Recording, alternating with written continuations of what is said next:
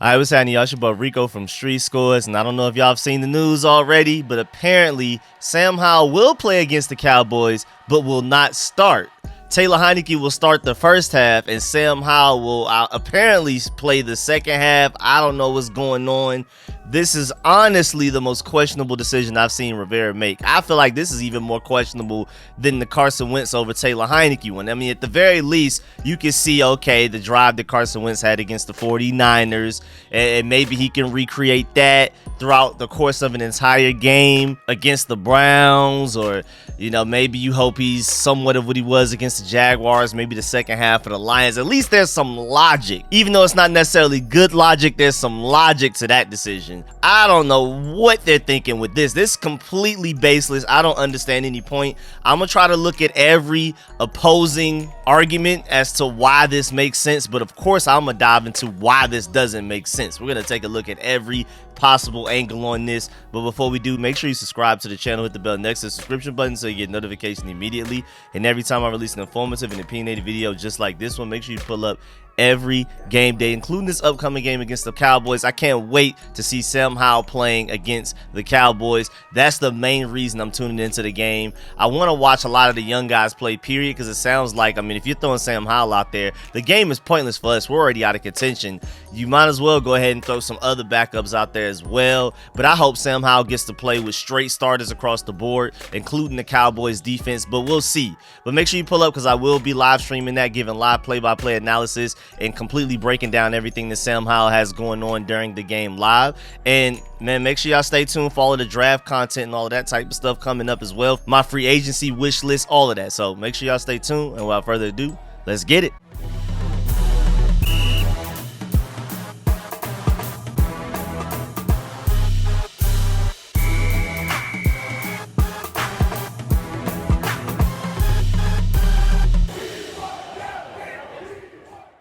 All right, so this all started when Jeremy Fowler somehow found out and tweeted the Commanders are expected to turn back to Taylor Heinicke as a starter for Sunday's season finale versus the Cowboys, but rookie quarterback Sam Howell is also slated to play. Making the NFL debut for the 5th round pick, barring change of plans, this will be the setup. I mean, the only way this makes sense to me is that you let Sam Howell go out there for the first drive to kind of honor him and say thank you for everything he's done, because even as much as I've been on Taylor Heinicke's head for being limited, and you know, we've been winning in spite of him a couple of the games that we even won while he was starting, and the fact that he's not a future franchise quarterback and all of that. First of all, I definitely want to bring him back. He's an unrestricted free agent this offseason. I want to at the very least bring him back as a backup, because it's not easy to find a backup as good as him. They could at least not lose you the game. It just depends on what game we're talking about, though, but like the Vikings game and things like that. But again, finding a Taylor Heinicke off the bench is not easy to do. Definitely a top tier backup, but obviously not a future franchise quarterback. But also just to say thanks for everything he's done these past 3 seasons for us. He's been really fun. I mean, just even as much as my channel has grown while Taylor Heinicke has been here playing for the Commanders. I mean, on and off, getting benched, getting hurt, catching COVID or whatever, or playing, starting, whatever he's done. I mean, the whole ride has been great. I mean, of course, he's my Gwinnett brother from the metro Atlanta area, so I've always been rooting for him and things like that. So the only way this even kind of makes sense is if my boy Taylor Heinicke can go out there and just, we honor him. He gets a drive to say thank you for everything you've done, but Sam Howell needs to play the majority of this game. I felt like the entire game, but if you want to honor Taylor Heinicke in that way, I haven't heard anything about that. I don't think that's the plan or anything. That's just in my head the only way that this makes any logical sense. And if that's the way they're going about it, I'm cool with that. I'm cool with that. But either way, Howell needs to be starting, because I mean, what's the logic here? Heinicke the first half, and maybe you're trying to make it easy for Howell. Like maybe by then we're down like 24-0. Is that the logic? We're down 24 to say 7 or something like that. And now the Cowboys are resting their starters because they feel like they already got the game and they want to make sure they have their health going into the playoffs or something like that. So maybe you want to throw Howell out there against a lesser quality defense against the Cowboys backups. I don't know, like you want to give them somewhat of like a softer launch or something like that. I don't get it. I'm just trying to see their side of it. Like what's the point? But then John Kahn came out and tweeted that Ron Rivera said, well, and it's the exact opposite of what I just said. John Kahn tweeted, mentioned this on the live stream last night as to what I thought would happen. Was their initial consideration. They've been looking for a way to get Howell a little action, but had hoped for a lopsided win to do so. they like his progress. So I don't know, like, did they think we would have the Philadelphia Eagles, the Kansas City Chiefs, the Miami Dolphins when Tua was healthy? Like, they felt like we even had the potential to do that? Like, they felt like our offense was good enough for us to go up high enough for Sam Howell to come in at the end of a game? Like, at any point during this playoff run, they felt that way. Because it sounds like that's not even including this Cowboys game. They're saying, like, in this playoff run, they were hoping that maybe against the Browns we would go up like 24-7, like the scenario I gave for the Cowboys, but the opposite, and then maybe Howell comes in that game or something like that. And I'm just like, do we not self-evaluate at all? Is there no self-evaluation going on? When were we ever the Kansas City Chiefs to where we could do something like that? Where we would ever just be up that high on anybody? Even the Houston Texans, where we should have just dog-walked them, we were still playing so passive that the game was always somewhat close. And who knows what happens if Kendall Fuller doesn't get that pick six to start the game? You have no idea. So, I mean, we've just never been in a position to where that was even conceivable. Like, that was even like a logical idea. Like, we've never been, that's not us. We've never been that. So I just don't even understand why Rivera had that in his head, that was potentially a plan. And so to me, this just pretty much puts everything in a big ball of how indecisive Rivera has been with the QB position. Like, I mean, this is the most indecisive thing ever. Like, how are you at the last game of the season, no chance of playoffs, and you still don't know which quarterback you want to play or start? Like, I'm just really confused as to what's going on. Why can't Sam Howell play an entire game? Because, like, okay, John Com said, the Rivera said that they like his progress. So they like his progress enough and feel like he's developed enough to play, but not enough to start? I'm not understanding at all. It's the NFL. When is he gonna play? Are you waiting to hold him till next year? I mean, with the new owner, Rivera, you may not even be here next year. Your whole staff, Scott Turner, all of those guys may not be here next year. So what is this holding them in bubble wrap till the very end thing do? Are you doing the next head coach and owner a favor? I mean, honestly, you're not. I mean, the sooner Sam Howell gets out there, I feel like, for me, like I've been saying, y'all know me, I haven't been Wentz versus Heinicke at all. I've been start Sam Howell since Carson Wentz got hurt against the Browns. I've been straight up start Sam Howell for the remainder of the season, because at least by now you would for sure know what you have. You would for sure have a good concept of how good or bad Sam Howell is, or at the very least, if you want to break it all the way down to the micro level, what he's good at, what he's bad at, and what we can fix, what can't we fix, and do we need to consider getting a quarterback in the first round? Do we need to find a way to get Ryan Day in here as an offensive coordinator and CJ Stroud as the quarterback? Because that's my dream case scenario at this point. After what CJ Stroud did against my Georgia Bulldogs and the game plan that Ryan Day had against my Georgia Bulldogs, the play calls, the scheme, that's the best case scenario by far this offseason for me. And I'm gonna dive into that in like further detail when I do like an offseason dream case scenario type of video. But yeah, man, like going back to Howell, I mean, if he would have been starting since the Bears game, who knows? Worst case scenario, he's horrible. Then we have a better draft pick. We are in the worst middle possible. This is the middle I hate the most. This is the absolute worst case scenario in NFL football for me. You're not good enough to make the playoffs, or even if you make the playoffs, you're not competing. It's pretty much worthless. And then you're also not bad enough to get a better draft pick to potentially change your franchise. I mean, as of right now, we're the 14th overall pick. Now, there's a way that if we lose and a few teams ahead of us all win, we could end up with the 10th overall pick. But as of right now, even the Eagles are picking before us because of the New Orleans Saints. Seattle and Detroit, who are all higher playoff contenders than us, are also picking before us because Seahawks have the Denver Broncos pick and Detroit have the Rams pick. It's just so ugly. And again, back to my point, this middle is awful because we're not picking high enough to where you feel comfortable enough to potentially get your franchise guy. I mean, granted, Justin Herbert slid a little bit, and Pat Mahomes, people didn't expect him to be as good as he did, so maybe we could pull something off like that. But if you want that guaranteed guy, like CJ Stroud and Bryce Young aren't making it to the 14th pick, period. I mean, maybe you can get Anthony Richardson there, and I'm down to take a chance on him, but I know a lot of y'all, that's the worst case scenario, and I can see why. He's extremely raw. Now, my point has always been that lately, all of these toolsy quarterbacks have been working out way more often than they used to at the NFL level. First of all, coaches are just getting better at developing guys. They're also willing to use a lot of their quarterbacks concepts from college and implement that into the NFL stuff. We're running a lot of college-y stuff now. So I think that's why we have a higher success rate at quarterback, but it's still not high enough to just assume that Anthony Richardson is going to be the next Josh Allen or Cam Newton. But in this day and age, within the past few years, a lot of these quarterbacks that we thought would fail, that were toolsy guys that were also raw have actually ended up working out pretty well. I mean, really, except for Zach Wilson. I mean, we haven't seen Trey Lance enough to truly know for him. But Zach Wilson is really just the only like obvious bust. Everybody else, Justin Fields eventually worked out like I thought he would. A lot of people were saying Ohio State quarterback and toolsy but raw and all of that type of stuff. People are already giving up on Trevor Lawrence, and a lot of people didn't expect Josh Allen to work out, especially after his rookie season. Pat Mahomes, Justin Herbert, Tua with the injury situation, and I mean, a lot of these quarterbacks are really working out this day and age. I'm not saying that automatically means that we'll get our hands on Anthony Richardson and he'll become the next quarterback to really work out that's a raw toolsy guy, but you never know, man. Either way, I just want to see what Sam Howell can do so we can at least move forward, man. If he would have been starting since the Bears game, maybe we lose enough to where we have a higher draft pick, and now it's obvious Sam Howell may not be the guy, even though he deserves to get more than just half a season to show what he can do. But that shouldn't stop you from taking CJ Stroud or Bryce Young if you want them, and maybe we have a high enough draft pick to do so.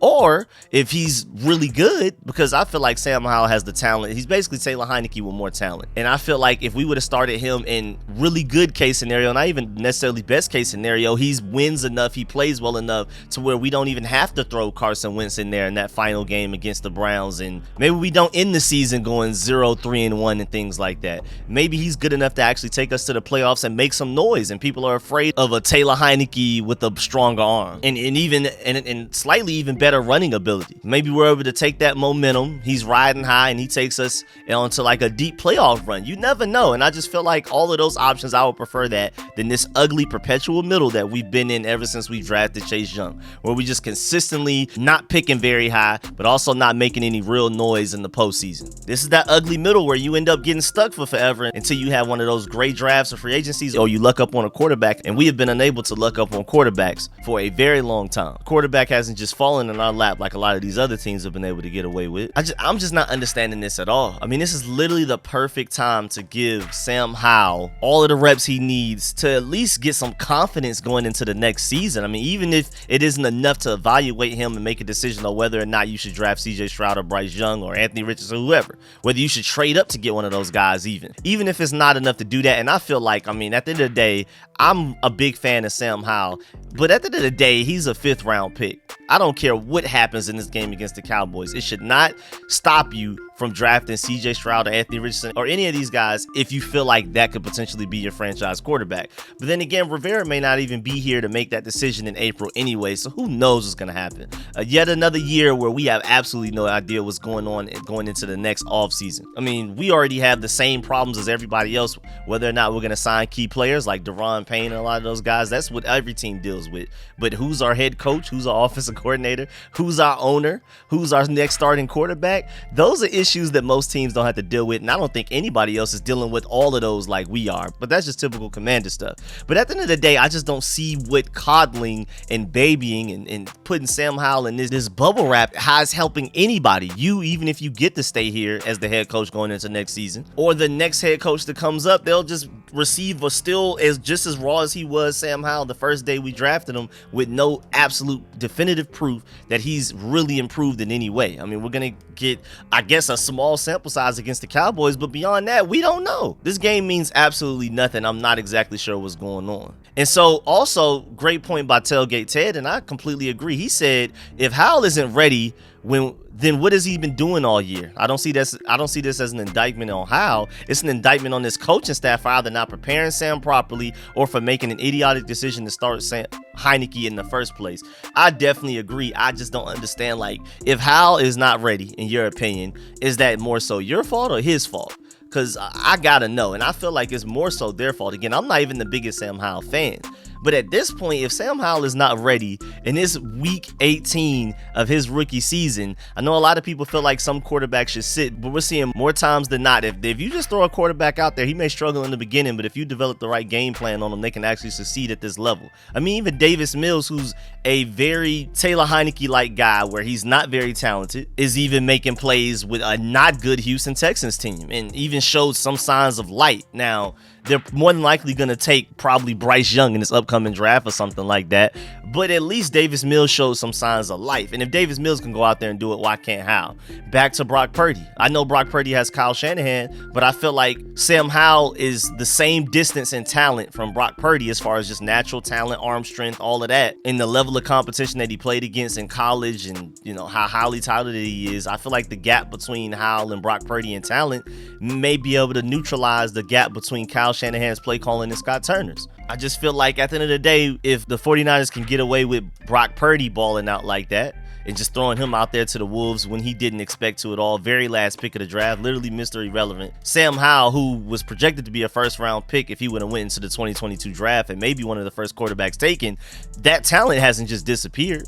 I feel like we could have thrown him out there. I just feel like a lot of people are babying Sam Howell more than he needs to be. I guess they're still stuck in the same old mindset that a quarterback, when you draft them, especially if they're as raw as Sam Howell, needs to sit for a year or two. But no, we've seen left and right that quarterbacks can, first of all, potentially go out there to rookie season and ball out like a few of these guys have done, Justin Herbert and a lot of other examples lately. But then you even have the Josh Allen example where maybe they suck their first season, but they get out of a lot of their issues. They put a lot of stuff on tape to where you can evaluate it in the offseason and correct specific things. But now you're only going to have potentially, what, at best 4 quarters of tape to work with in the offseason to correct a lot of his mistakes and figure out what he should do, what he shouldn't do, and stuff like that. So I just don't understand this at all. I just feel like it's a bad excuse to say that Sam Howell isn't ready to play against the Cowboys defense. Again, maybe even at a certain point their starters won't even be playing, but I hope they are. I hope the Cowboys defense and their starters are playing the entire game so Sam Howell can know what it's like to go against a real NFL defense instead of just going against backups. He's not going to be able to go against backups his entire career. I don't know why people are still stuck in this old mindset like quarterbacks get scarred when they go out there and play against good defenses and they make mistakes. Now, oh no, I forgot how to play quarterback now. I'm emotionally scarred from the bad game I had. And to Tan Todd's podcast point, make sure y'all subscribe to them on YouTube and follow them on Twitter. They tweeted 5 of the 9 rookie quarterbacks have started games this season. 1 got hurt in the preseason or he would have started 2. Somehow the Commanders rookie quarterback is the only one completely incapable of starting a game. It literally makes no sense. And I mean, even at the end of the day, even put evaluation stuff to the side, I think it would just be really exciting to see a rookie quarterback play, just plain and simple. I think just him playing an entire 4 quarters, even ignoring draft pick stuff, even ignoring the future franchise quarterback of this team, even ignoring, you know, developing Sam Howell and what's going on with Taylor Heinicke or whatever, even ignoring all of that, I think it would just, at the very least, at its most basic level, would just be fun to see another quarterback go out there other than Taylor Heinicke and Carson Wentz, because we've seen enough of them by now to know what's going on. And then again, Taylor Heinicke starting is pointless, because like, then what? Like, I mean, other than us giving him a last hoorah and congratulating him for everything he's done, because maybe they know that the next owner, maybe the next coaching staff probably won't keep him or something, I say bring him back just for very, very cheap, similar contract incentives like he's had this year, where the more he plays, the more he wins, the more money he makes and things like that. Bring him back as a backup quarterback. Do not sign him as a starting quarterback. Do not sign him to starting quarterback money. But at the end of the day, I mean, we already know what Taylor Heinicke is. He hasn't improved much. He hasn't necessarily even really gotten worse. He's been the same guy pretty much this entire time, just as inconsistent as ever. So what is starting him doing? Like, I need somebody to word that for me. Like, please tell me what Taylor Heinicke starting is doing other than just honoring him and celebrating him coming in. But shouts out to Chris Cooley on Twitter, because he put it all together. Ron Rivera, since he's been here, has signed Ryan Fitzpatrick to start for an entire season. They thought that would work.